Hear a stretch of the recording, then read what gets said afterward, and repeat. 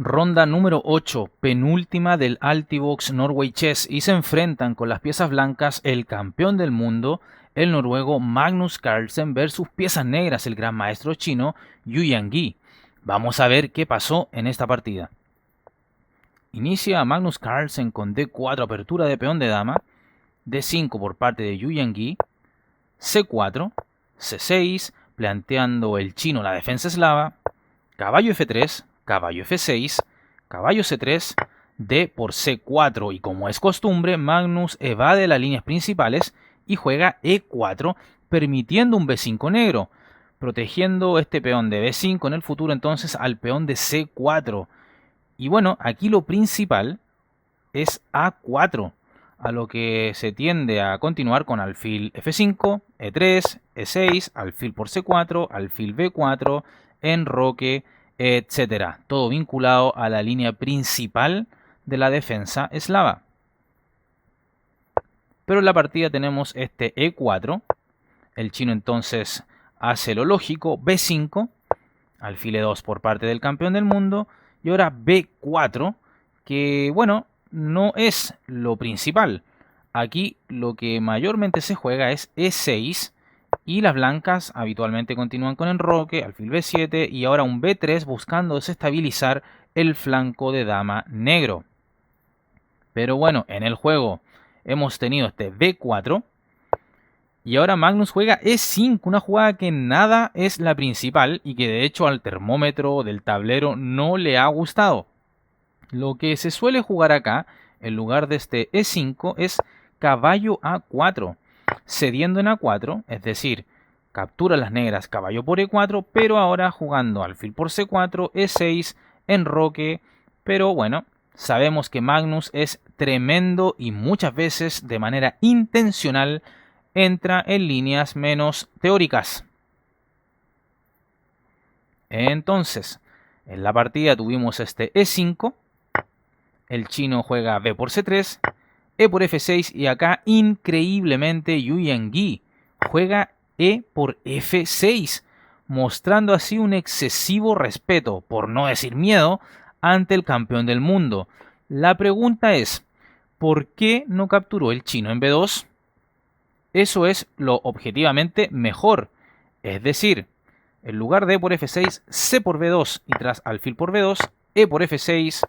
Habitualmente se juega en roque, ya que a un alfil por C4 no sería una buena idea, debido al alfil B4 jaque. Acá ya medio se obliga al blanco a mover el rey, ya que un caballo de 2 seguiría un dama E7 jaque. Sígueme mentalmente con esta secuencia. Y luego del cambio de damas, el negro se enroca y el rey blanco seguiría atado a la defensa de su caballo, que estaría en D2. Entonces, luego de estos cambios, lo habitual es enroque. Las negras tienden a jugar alfil E7, alfil por C4, enroque, y bueno, de verdad que las negras estarían algo mejor.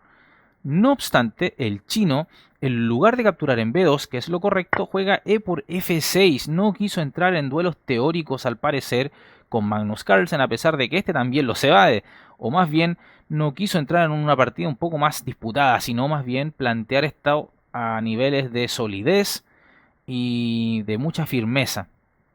Pero bueno, siguió el juego con B por C3, alfil D6, enroque, enroque, caballo D2, torre E8 y ahora torre E1.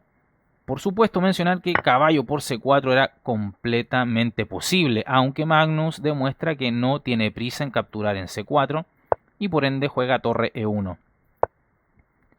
Continúa la partida con caballo D7 por parte de Yu Yangyi. Caballo por C4 atacando al alfil, este se repliega, alfil C7 mantiene la tremenda diagonal desde B8 hasta H2 golpeando al enroque de Magnus, alfil F3 tocando en C6, alfil A6 atacando al caballo y por tanto este se retira, juega caballo E3. Evidentemente no alfil por C6 porque tras alfil por C4, alfil por A8 y dama por A8 serían dos piezas menos por una torre, es decir, mal negocio para las blancas. Así entonces, caballo E3. Sigo el juego con caballo B6, alfil A3, las negras caballo C4. Te estarás preguntando qué pasaba si se jugaba inmediatamente alfil por C6, ¿no? Parecía un pincho, ¿no? Entonces, alfil por C6, ¿qué es lo que vendría? dama D6 y fíjate que habría una amenaza de mate en H2 y además se perdería el alfil en C6. Así es que pésima idea capturar en C6, es una trampa. Alfil A3 entonces por parte de Magnus, no es ningún tonto. Caballo C4 atacando al alfil de A3. No obstante, el campeón del mundo juega dama D3. Y por ejemplo, un caballo por alfil vendría un dama por alfil en A6. Entonces, ¿qué es lo que juega el chino? Torre por E3. A lo que el noruego juega torre por E3. También era posible capturar de peón F por E3, pero seguiría caballo por A3, dama por A6, con posición más o menos igualada, ¿no? Entonces, torre por E3 lo jugaba en la partida, caballo por E3, dama por A6, caballo C2, y se toca tanto al alfil como a la torre. Por supuesto, el alfil en A3 está siendo protegido por la dama, torre D1, caballo por A3, dama por A3, dama D6, buscando el mate y el cambio de damas. Y me parece a mí que es una jugada que, bueno, en el momento, mientras veía la partida, me costó entender. Un poco me costó entenderla porque si bien podría llegarse a un final de alfiles de diferente color, lo cual habitualmente se dice tiende a ser tablas, tras estos cambios las blancas podrían conseguir dos peones pasados en el centro. Me refiero a los peones de C3 y de 4. Así es que Magnus captura, dama por D6, alfil por D6, C4, evidentemente alfil por C4, sería respondido por una jugada como torre C8 y a la siguiente se captura el peón de C3. Así es que no tiene sentido capturar. C4 entonces por parte de Magnus, torre C8 para proteger el peón que ahora sí estaba cayendo, C5 atacando al alfil, alfil E7. Y vemos que las blancas inteligentemente le ponen una muralla con sus peones al alfil de las negras, fijando además al peón negro de C6, el cual podría ser objeto de ataque por parte del noruego. Rey F1, mejorando la posición de su rey y para liberar a su torre de la defensa de la primera fila. Es decir, esta jugada de rey es de anticipo para evitar temas de mate en primera fila. F5, y bueno, vemos que la ventaja blanca es evidente. Una mejor torre y un mejor alfil que el del chino. Y sobre todo, mejor estructura de peones, por si fuera poco. Rey E2, G5, H3, Rey G7. Bueno, entendemos que el H3 era porque se estaba cayendo el alfil, ¿no? Retrocedemos un poco y vemos que se estaba amenazando un G4. Entonces, H3 para prevenir esta amenaza. Rey G7, Rey D3, Rey G6 para poder jugar H5. Torre B1, H5, pero no sé si es lo más preciso. ¿Por qué? Porque había que frenar tal vez la entrada de la torre de B7. Perdón, de B1 de las blancas que podría entrar a B7. ¿Y cómo se hacía esto? Probablemente con la jugada torre C7, que parecía sin lugar a dudas más precisa, evitando la entrada en la séptima fila de la torre blanca como ya anticipé. Pero H5 entonces lo jugado. Torre B7 ahora tocando al alfil D7, tocando al peón de A7, alfil F6, torre D7. No capturar en A7. No había que cometer ese error. Es decir, si torre por A7, podría seguir un G4, H por G4, H por G4, alfil E2, torre D8 y las negras pasarían de tener una posición pasiva a una mucho más activa y peligrosa para las blancas. Así entonces, podríamos decir que el peón de A7 estaba semi envenenado. Lo entiende bien Magnus. Juega torre D7, G4, alfil D1, G5, rey G5, perdón, alfil A4, F4. Busca progresar Yu Yangui, evidentemente. Crear algún tipo de peón pasado por el ala de rey. Magnus frena estas intenciones, juega F3 y las negras torre E8. El chino quiere jugar activo y no defender hasta la agonía sus peones. Sin embargo, su posición ya es claramente inferior, prácticamente perdedora. F por G4 continúa el campeón del mundo. H por G4 el gran maestro asiático. H por G4, torre E6, alfil D1 para proteger a su peón de G4, torre E3 jaque, rey C4, A5, alfil F3, torre A3, alfil por C6, torre por A2, alfil E4, A4. Los peones de Magnus ya son imparables y el campeón del mundo hará algunas jugadas técnicas para terminar ya esta partida.